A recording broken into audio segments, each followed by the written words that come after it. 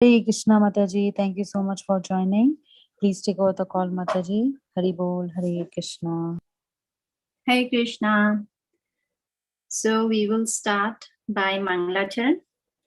Om Agyanti Mirandasya Gyananjana Shalakaya Chakshurunmilitam Yena Tasmai Shri Gurve Namah Shri Chaitanya Manobhishtam Sthapitam Yena Bhutale Swayam Rupa Kadamahyam Dadati Swapadantikam Vandeham Shri Guru Shri Yuta Padakamalam Shri Gurun Vaishnavamscha Shri Rupam Sagrajatam Sahagana Raghunathanvitam Tam Sajivam Sadvaitam Savadutam Parijana Sahitam Shri Krishna Chaitanya Devam Shri Radha Krishna Padan Sahagana Lalita Shri Vishakhanvitamscha He Krishna Karuna Sindhu Deen Bandhu Jagatpite Gopesha Gopika Kanta Radha Kanta Namastute Tapta Kanchana Gaurangi Radhe Vrindavaneshwari Vishabhanu Sute Devi Pranamami Hari Priye Mancha Kalpatarubhyascha Kripa Sindhubhya Evacha Patitanam Pavanebhyo Vaishnavebhyo Namo Namah Jai Shri Krishna Chaitanya Prabhu Nityananda Shri Advaita Gadadhar Shrivas Adi Gaur Bhakta Vrinda Hare Krishna Krishna Krishna Hare Hare Hare Rama Rama Rama Hare Hare Mukam Karoti Vachalam Pangum Langhayate Girim Yat Kripata Mahamande Shri Guru Deen Taranam Parmananda Madhavam Shri Chaitanya Ishwaram Hari Om Tat Sat.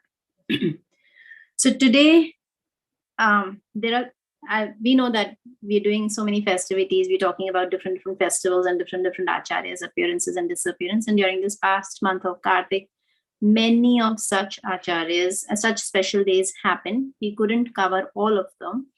But if you remember last time we did about Gaur Kishore Das Babaji. Now today we are going to do about Nimbak Acharya because they are on the first and the last day of Bhishma Pancha. There are many to be covered, but we were not able to do it. Slowly we'll try to catch up. So now today we are going to do about the life of Shri Nimbak Acharya. Now, who exactly is Shri Nimbak Acharya? What is his role, his contribution in our sampradaya? We're going to we're going to know about all that. So basically, he was he's one personality who has contributed greatly to our sampradaya, which is the Gauriya Madhav sampradaya. Okay. Now, what happens in third canto? There's a conversation we know going on between Maitreya Muni and Vidura, where Maitreya Muni, he's making a point of glorifying the devotees, saying that the devotees of the Lord are so pure. Why? Because they have the lotus feet of Shri Krishna in their heart. And because they are the recipients of Lord's mercy. So just by hearing about such, acharyas, just by hearing about such devotees, by glorifying them, by contemplating upon them, by remembering them, and the lotus imprint that they have in their heart of the Supreme Personality of Godhead, our hearts get transformed. And just by speaking about them, we become the recipient of that mercy. So that verse of third canto, chapter 13, verse number 4 goes as Shrutasya pumsam suchira shramasya nanvanjasya surubhir idito rataha tat gunasunavarnam mukunda padarvindam hridayeshu yesham. What does it mean? Persons who hear from a spiritual master with great labor and for a long time must hear from the mouths of pure devotees about the character and activities of pure devotees. Pure devotees always think within their hearts of the lotus feet of the personality of Godhead, who awards his devotees liberation. So the reason why we are hearing about all these appearances and disappearances of different acharyas and about their lifetimes is for our own purification. So we try to cover. There are innumerable, so many of our acharyas. We are trying to cover slowly, most of them. Then he's saying, basically in this verse, it is being explained that how just by hearing about the glories of such acharyas, that is the cause of our purification. Now, keeping this in mind, we are going to talk about a personality who's not that much, spoken about, and that is Shri Nimbak Acharya. In the month of Kartik, basically, which is most auspicious, we all know that, because there are two Rasa Leelas that take place. One is on the Sharad Purnima day, and the second is the Kartik Purnima. And this last day of Tulasi Shaligram Vivah, that is the day when Shri Nimbak Acharya appeared. Now, these great personalities, when they appear, the days they choose to appear, that also signifies that how important they are and what is the purpose of their life. So the fact that he appeared on the day of Tulasi Shaligram Vivah, on the day of Kartik Purnima, on the last day of Kartik, itself speaks volumes about his personality. And we are going to try to dive deep into that. So basically, we know that there are 4 sampradayas in this world. Okay. Now, it's just like a person who's drowning in a well. Okay. It's a deep, dark well, and he's crying for help. Okay. He wants to come out of the well. Now, hearing his call for help, there are 4 people who come to his rescue. And as a rescue operation, they throw the 4 ropes in the well. So the person who's inside the well, he has to catch hold of any one of the ropes to come out of the well. Similarly, we are in this deep, dark well of material existence, and the 4 personalities have appeared as 4 founder acharyas who are throwing 4 ropes of devotion to Krishna. And if we hold on to any one of these ropes, we will go back to Krishna. So it is said that if someone is not connected to a sampradaya, the mantra that he will chant will not yield that much result. It will yield some result, but not the way it should have its effect as being connected to a sampradaya. So basically, it will yield not a complete fruit. It will yield some fruit, but not a complete fruit. So, unless you have a degree from a proper recognized university, the degree has, your qualification has no value. It is considered bona fide only if you have the degree from a university. So similarly, spiritually also, unless we are connected to a bona fide sampradaya, the mantra or the knowledge is not going to yield proper result. So it needs to be received in that disciplic succession. So what are the 4 sampradayas we're talking about? Rudra Sampradaya, Shri Sampradaya, Madhva Sampradaya, and Nimbarka Sampradaya. So the founder of Rudra Sampradaya is Lord Shiva, of Shri Sampradaya is Lakshmi Devi, of Madhva Sampradaya is Lord Brahmaji, and of Nimbarka Sampradaya are the 4 Kumaras who are the sons of Lord Brahma. Now, all these 4 founders, they basically have chosen one personality as an order carrier, okay, who carries out the order. Basically, is the vehicle to carry this knowledge, to disseminate this knowledge, and so that this knowledge comes down the disciplic succession. So everybody chooses one, right? So all have chosen one particular acharya. So who did Lord Shiva choose? He chose Vishnu Swami. Lakshmi Devi chose Ramanujacharya. Brahmaji chose Madhvacharya. Basically, they are the fountainheads of the knowledge, and that is how we have our sampradaya, the Madhva Sampradaya. And 4 Kumaras, they appointed Nimbarkacharya as the founder head of Nimbarka Sampradaya. So like this, knowledge is disseminated from one acharya to the other to the next. And to lay stress on this particular point that the knowledge has to come down in the disciplic succession, Chaitanya Mahaprabhu, he also accepted Ishwar Puri as his spiritual master. He is the Supreme Personality of Godhead. He doesn't need to do that, but to set an example so that all his followers do not go astray and do not concord things on their own, but follow the disciplic succession. He, being the Supreme Personality of Godhead, himself accepted Ishwar Puri as his spiritual master. Just to show this importance of being connected to a proper sampradaya. So did Lord Krishna. When Lord Krishna came as Lord Krishna, he also accepted Sandipani Muni as his spiritual master. He doesn't need to do that. So Bhakti Vinod Thakur says, it is not only important to be connected to a sampradaya, it is equally noteworthy to note that Chaitanya Mahaprabhu, from every sampradaya, he took an aspect that we can learn. Okay, so all these 4 sampradayas, they have all the points that vary in nature. But Sri Chaitanya Mahaprabhu took the most essential points from each sampradaya and amalgamated them into a Gaudiya Sampradaya. That is why we have Gaudiya Madhava Sampradaya. So from Madhava Sampradaya, Mahaprabhu, the point that he took was of refuting the Mayavadis. So Mayavadis are basically the ones who do not believe in the form of the Lord. So he took the point to refute this philosophy.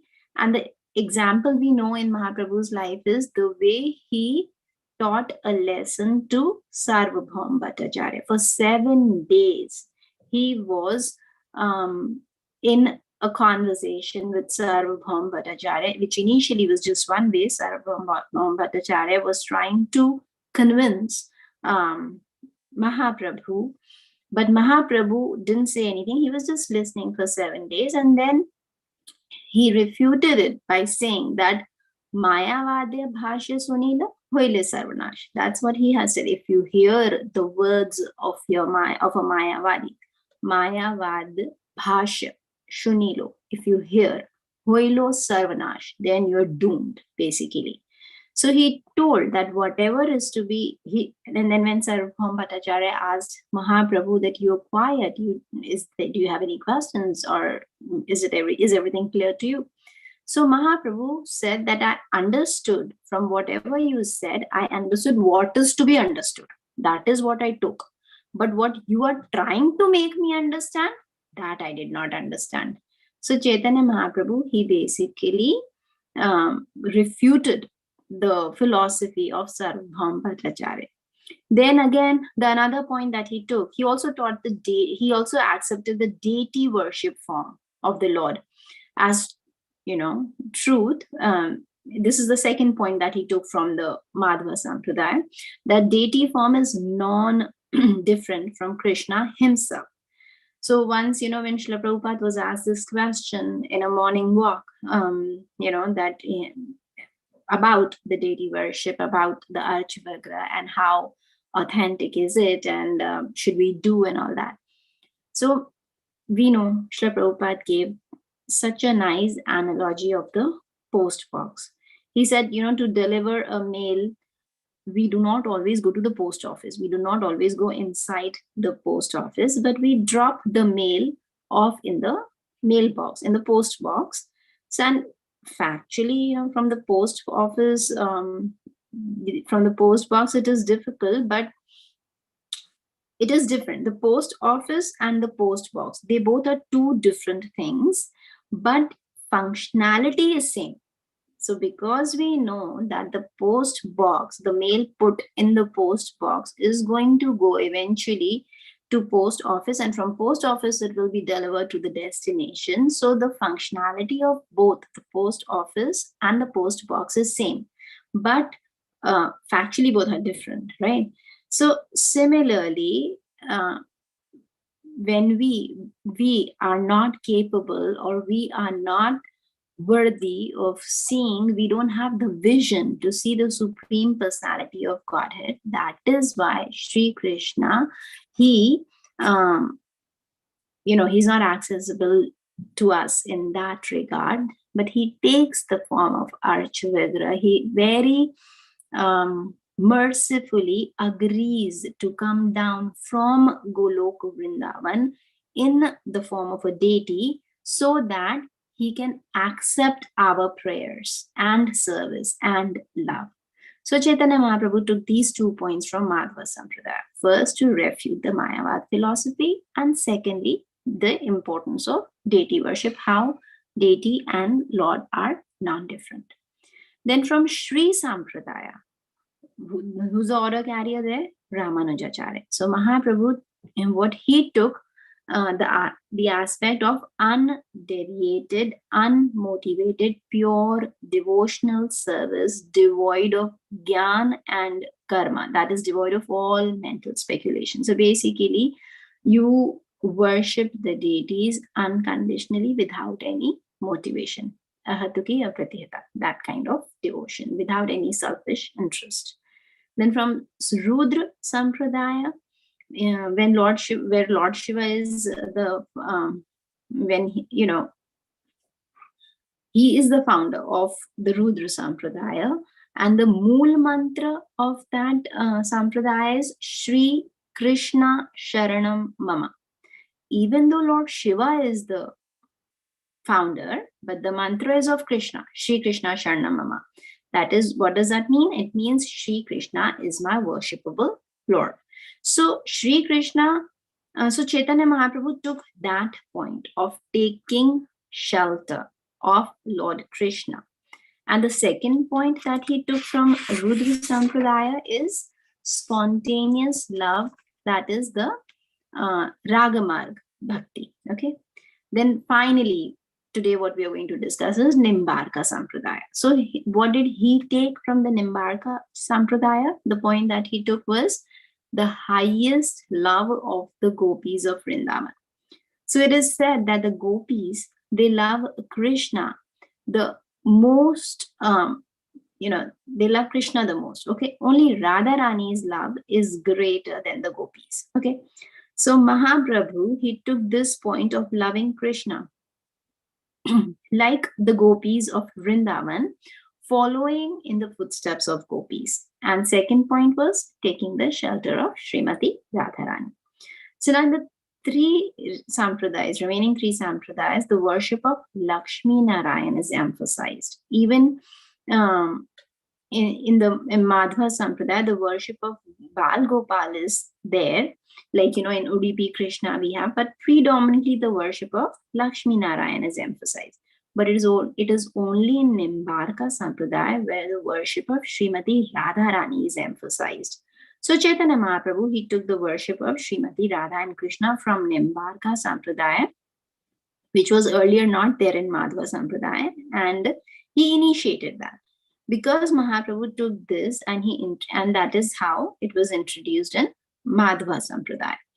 So as is Gauriya Madhva Sampradaya. So this is how different important points from different sampradayas were taken by Chaitanya Mahaprabhu and amalgamated, and they were introduced in Madhva Sampradaya. Now even Bhakti Siddhanta Saraswati Maharaj in Sri Chaitanya Math, in Navadvip, he had four corners where in the four corners of the mud, to respect these four sampradayas and the four acharyas, he made marble deities of these four acharyas and the four vehicle carriers, which is, for Rudra Sampradaya is Vishnu Swami, and for Nimbarka it is Nimbarka Acharya, like that. So all these four prominent vehicle carriers, we have their marble deities also. Why? With the understanding that Bhakti Siddhanta Saraswati Maharaj, he has emphasized respecting and regarding the knowledge that all the four sampradayas have. Why? Because Chaitanya Mahaprabhu himself, he took all these important points from the four sampradayas and amalgamated them in a Gaudiya Madhava Sampradaya. So now, Sri Nimbarka Acharya, basically, he appeared in South India. Okay. Actually, interestingly, all four acharyas, they appeared in South India. In fact, all 6 Goswamis also appeared in South India. But anyway, so Nimbarka Acharya, he appeared in South India in a place called Mungari Patna, which is near Telangana, to very devoted parents of Lord Vishnu. Okay, so his father's name was Aruna Muni, also known as Aruni, and mother is Jayanti Devi. So Aruna Muni, he was a very great sage who came in the line of Aruna Muni. Who is Aruna Muni? And Aruna Muni is one among the sages who were present when Shukdev Goswami spoke Srimad Bhagavatam to Parikshit Maharaj. So you can understand, from that time, he's coming in that lineage basically. So Nimbarka Acharya's family is basically coming in, that lineage. And it is such an important thing that he's coming in the lineage, in the family lineage where Srimad Bhagavatam, when was spoken, his ancestors were present there. So now, as far as his time of appearance is concerned, he appeared several centuries before the advent of Sri Chaitanya Mahaprabhu. Okay, so basically, if you heard about the Alvars of South India, it is said that he appeared during that time of Alvars in South India. So his body was adorned with beautiful signs and symbols in his hands and legs, and from the birth, these symbols were there. So he appeared, and later it is said that he manifest his pastimes, in his manifest pastimes, he basically shifted his base from South India to Vrindavan. Okay. Now, when he came to Vrindavan, he came to take darshan of Shri Krishna in Nandagram, where he composed 25 verses glorifying Shri Krishna, which are called Savishesh Nirvishesh Krishna Stotram. So these 25 verses were composed by Nimbak Acharya, 25 dedicated verses in glorification of Shri Krishna. Now, this is the first ever recorded work of Nimbak Acharya. Now, with time, from South India, he came to Vrindavan in Nandagram, and now with time, he shifted from Nandagram to a place in Govardhan. That's where he did his pastimes, and it was named, that particular village where he was living near Govardhan, it came to be known as Nimbgram, as a matter of gratitude to Nimbak Acharya. So he did his bhajan there. Now, once what happened, there was a Jain monk who came. He was a very scholarly person, and he came to that village with the intent of battling scholarly, okay?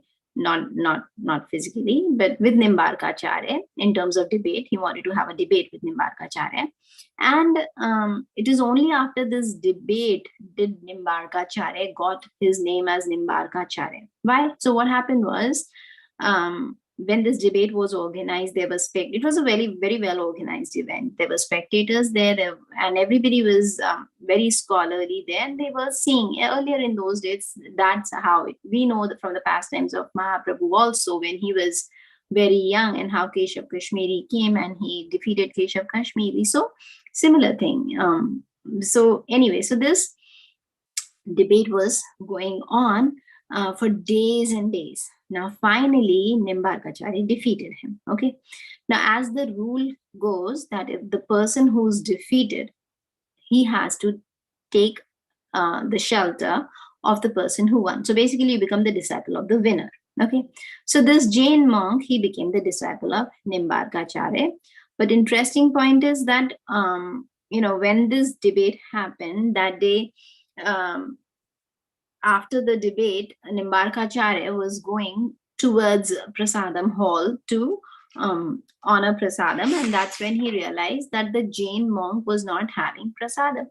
So he asked him that, why are you not eating Prasadam after such a long debate? So Jain monk said that in our tradition, we do not eat after sunset. And as the sun is about to set, I don't want to eat. So Nimbak Acharya, he felt very bad that his friend, his guest, is not able to honor Prasadam. So what he did, now there are two versions of this story. We'll go one by one. So what happened was, Nimbak Acharya was very powerful. He actually climbed up a neem tree, and it is believed that he held the sun from setting. So it felt that the sun is there in the horizon, and then till the Jain friend, the Jain monk, he honored Prasadam. He was holding on to the sun, and then he let the sun set. So because he climbed up a neem tree, and then the word neem in Sanskrit is called nimb, and the sun is, there are many words, Sanskrit words for sun, like, Aditya, then there is one called Ark, and many more. So Ark is all means sun, and so that's how he got his name, Nimb Ark Acharya. Nimb, the one who climbed the neem tree, Ark is the sun, and the Acharya who climbed the tree. So Nimbark Acharya. Now, other version of this pastime is that he was so powerful that because of his prayers, he invoked Sudarshan Chakra of the Lord. And because, the Sudarshan Chakra of Mahavishnu was spinning so fast, it descended from the spiritual world, and it felt as if the sun were present because of the effulgence that it was giving. There was so much of effulgence, there was so much of light coming from the sun that it gave the feeling that a sun was there. And so this Jain monk, he ended up having prasadam. So these are the two interpretations of this pastime, but nevertheless, either way, we can understand that how powerful and how great Nimbarkacharya was there, either by climbing the tree or holding onto the sun, or by invoking the Sudarshan Chakra from the spiritual world. So he was a very, very powerful Acharya. Now, he went on to writing many commentaries, then on the Shastras, and he also wrote commentaries on Vedant Sutra, which was called Vedant Parijat Kaustubha. And he also wrote many books. So he had many disciples, and, one of them, we've heard of the name of Srinivasacharya in Mahaprabhu's pastime. He came in that Nimbarkacharya Sampradaya. And Srinivasacharya, he was the same person who was whipped by Abhiram Thakur. And so basically, he was like guru-like disciple. He went on glorifying the Lord, Srinivasacharya, by writing commentaries, to his guru's work. Now, few centuries later, one of the successors of Nimbarkacharya was Keshav Bhatt. Keshav Bhatt, who was none other than Keshav Kashmiri. Remember, we were talking about the Digvijay scholar who had defeated everyone in the debate. And then when he came to Navadvip, at that time, it was considered, Navadvip was considered the center of learning. And after traveling around the world, he decided to enter Navadvip, and all scholars just ran from them, from that particular place, in fear of being defeated by Keshav Kashmiri. But Chaitanya Mahaprabhu at that time was Nimai, the scholar. At that time he was present, and all these people requested him to debate with Keshav Kashmiri. So he agreed. The Supreme Lord, he never refuses to the desires and prayers of the devotees. So we know that Keshav Kashmiri spontaneously composed 100 verses glorifying Mother Ganga. This was his ability. And when he asked Mahaprabhu to go through these verses and find if there were any faults, which he was very sure about, very confident about, that there were none. But Mahaprabhu found so many faults in the composition, and all were based on the Sanskrit grammar, So that's how Mahaprabhu defeated him thoroughly. And this Keshav Kashmiri, he was shocked, because imagine, he was a Digvijay Pandit, he had won all over, and now Nimai at that time, Mahaprabhu was very, very young, and he was, he was quite mature and elderly. And imagine, he's like traveling everywhere and winning everywhere the debate. So he was shocked when such a young child was able to defeat him. So Keshav Kashmiri was basically a devotee of Mother Saraswati. When he went back home, he prayed to Mother Saraswati, and he was very sad, and he was complaining to Mother Saraswati that why did I lose, and why did you choose this for me? I'm such an ardent devotee of yours, and you know this. And despite all this little boy Nimai was able to defeat me. So he was very sad. He was very morose. So then he slept. Now in his sleep, in his dream appeared Saraswati Mata, and she said that the person you lost to is my master. How could I be on your side? So far, when you were debating, I was on your side because the other person, your opponent, she had nothing to do with the other on the person on the opposite side. But here, the person on the opposite side, the opponent of Keshav Kashmiri was her own master. So how could she be on the side of her disciple when when her own master is in front of her? So she said that I could not do that. And then she revealed that the opponent who is her master is none other than Sri Krishna himself of Vrindavan. And then she told Keshav Kashmiri that I request you to go and surrender to the lotus feet of Mahaprabhu. And Keshav Kashmiri was very happy to learn this, and he was now very much eager to go and surrender himself at the lotus feet of the Supreme Lord, which he did the next day. He went and he fell at the lotus feet of Mahaprabhu. Mahaprabhu forgave him and also revealed himself as the Supreme Personality of Godhead. Now, obviously, he asked him to keep this confidential. Now, the most important point is this, that it is said that Keshav Kashmiri, he was none other than Nimbak Aacharaya, who basically appeared to take the mercy of the Lord of Chaitanya Mahaprabhu. Now, Bhakti Vinod Thakur, in his book named Navadvip Dham Mahatmya, Navadvip Dham Mahatmya, he gives a few important points in this regarding this aspect. He says that Keshav Kashmiri or Nimbak Aacharaya, this is there in Navadvip Dham Mahatmya. He later moved to a place in Navadvip called Bilvavan. Now, Nimbak Aacharaya, basically, he was praying to the Supreme Lord. Okay, he was praying to Supreme Lord, and who appeared? Lord Shiva.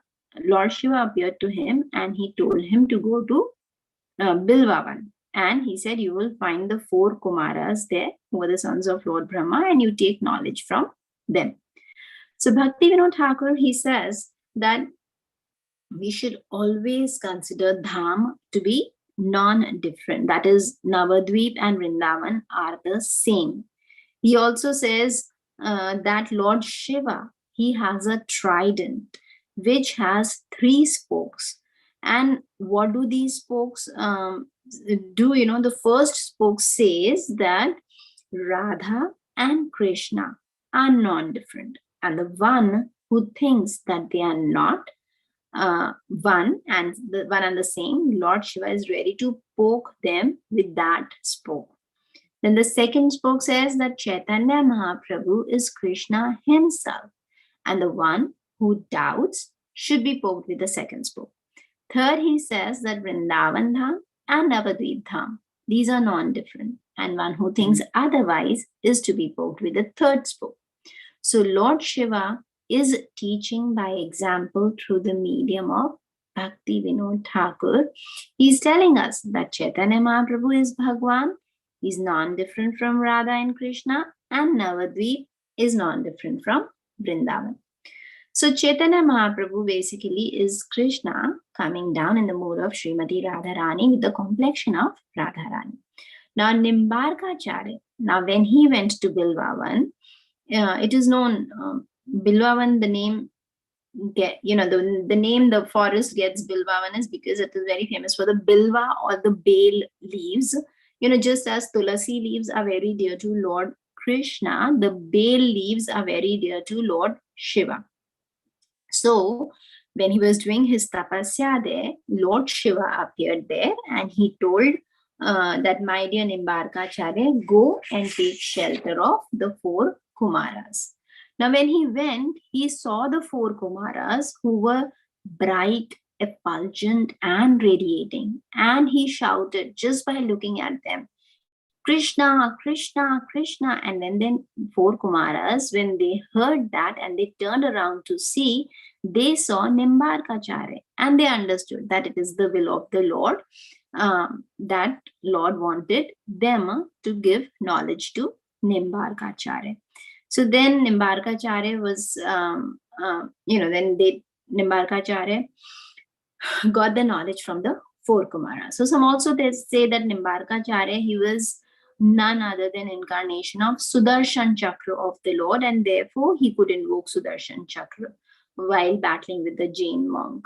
So now, when the 4 Kumaras, they saw him, they told him that there are 3 sampradayas who have leaders to disseminate the knowledge to the later generation, and we appoint you as the 4th leader of Nimbarka Sampradaya.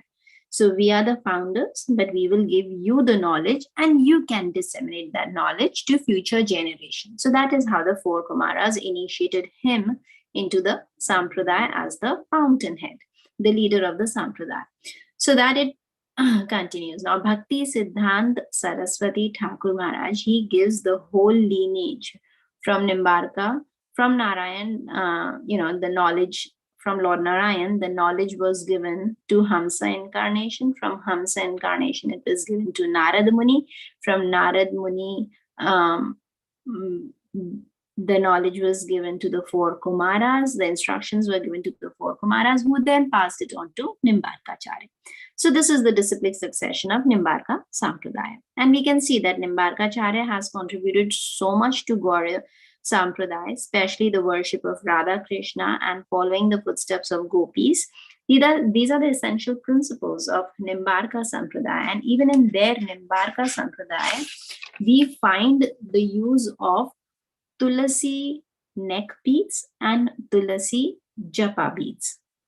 Now, the Yugal mantra basically, they do wear Tulsi beads, they do chant on the Tulasi beads, but the mantra that they chant, the Yugal mantra, is different. For us, it is Hare Krishna, Krishna Krishna, Hare Hare, Hare Rama, Rama Rama, Hare Hare.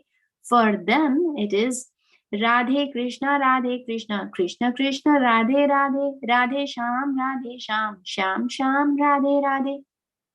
As far as the meaning is concerned, the meaning is the same. But we chant Hare Krishna Maha Mantra because it comes out from the Lord, because it has come out from the lotus lips of Chaitanya Mahaprabhu. And we are the followers of Mahaprabhu.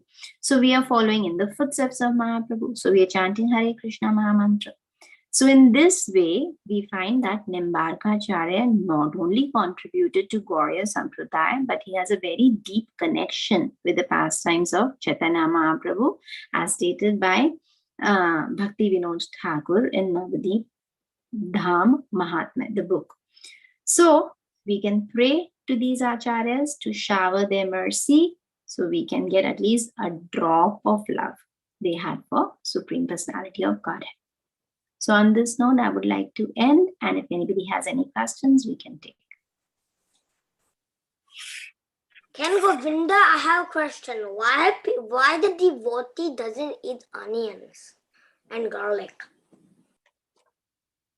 So there can be a full class on this, why we don't eat onion, garlic. But just to brief you on that, they are in the mode of ignorance. So because they are in the mode of ignorance, we as devotees try to consume things which are in the mode of goodness. So we don't consume onion, garlic. Okay. I thought onion garlic was in the mode of passion. It's ignorance. It's coming from, well, if we go in that whole class, but either way, you consider it into passion or ignorance, it's definitely not in mode of goodness. So we avoid anything which is not in mode of goodness. But we can have a whole class on why we cannot eat onion garlic. And then there are many pastimes also related to that. So yes.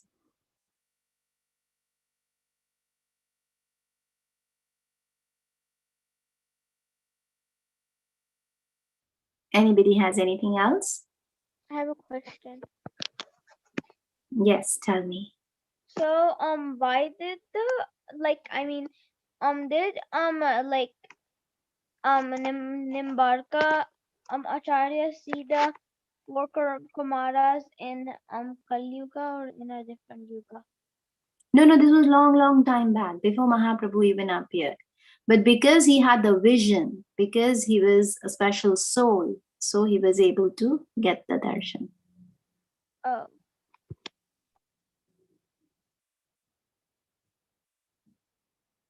Anybody else?